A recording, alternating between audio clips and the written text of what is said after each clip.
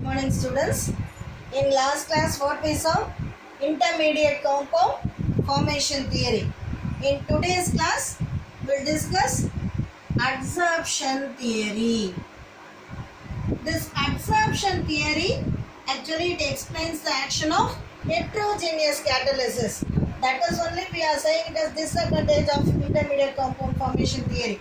In that what we said, it fails to explain the heterogeneous catalysis we said. So to explain the nature of heterogeneous catalysis, we are using adsorption theory.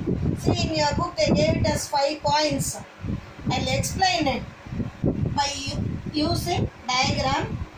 This diagram it is given in old book, but in new book it is not given. Till you are getting practiced, you just see this. I'll send the image also for this. Okay. Now let us consider this reaction. A plus B gives C plus D. So here A and B what it is? It is the reactant. C and D are products. In first step, this reactant A and B, this reactant A and B diffuse from the bulk to the surface of catalyst. Actually this is the catalytic surface. This A and B reactants, it is approaching this catalyst. Okay, this is first point. In next step, this catalytic surface, this A and B, it is getting attached to this catalyst. Okay, so it is getting adsorbed.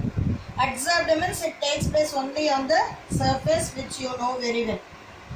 In third step, in this catalytic surface itself, it forms the activated complex.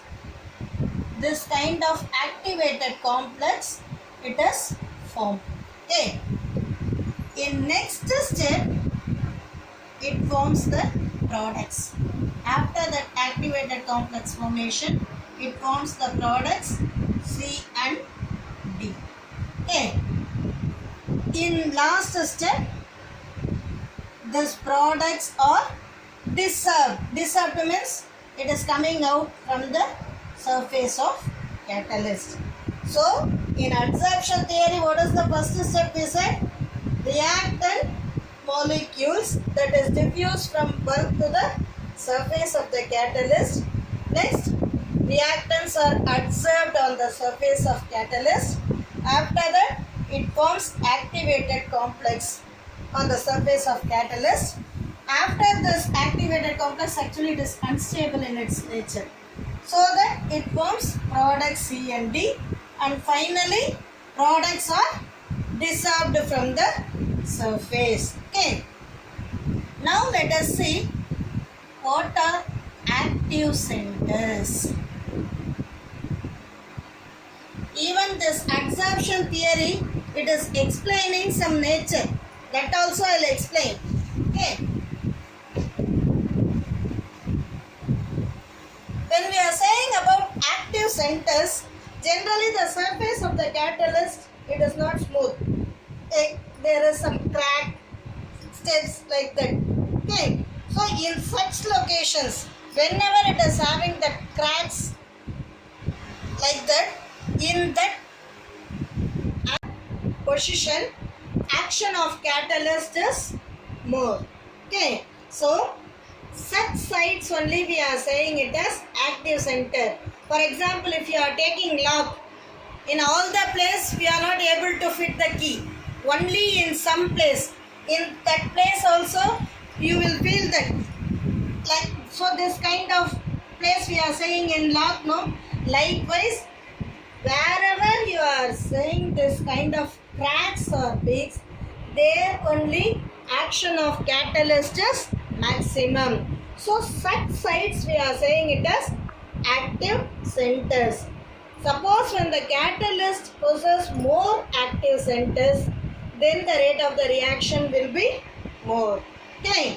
So rate of the reaction will be increased when the number of active centers are increasing.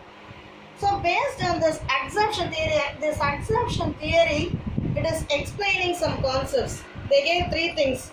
One is suppose increase in the surface area of metals and metal oxides by reducing the particle size. This particle size actually it is inversely proportional to surface area. This you studied in 10th standard. Just recall it.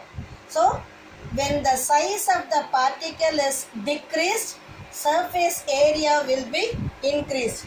When surface area increases, rate of the reaction also is increased. Okay.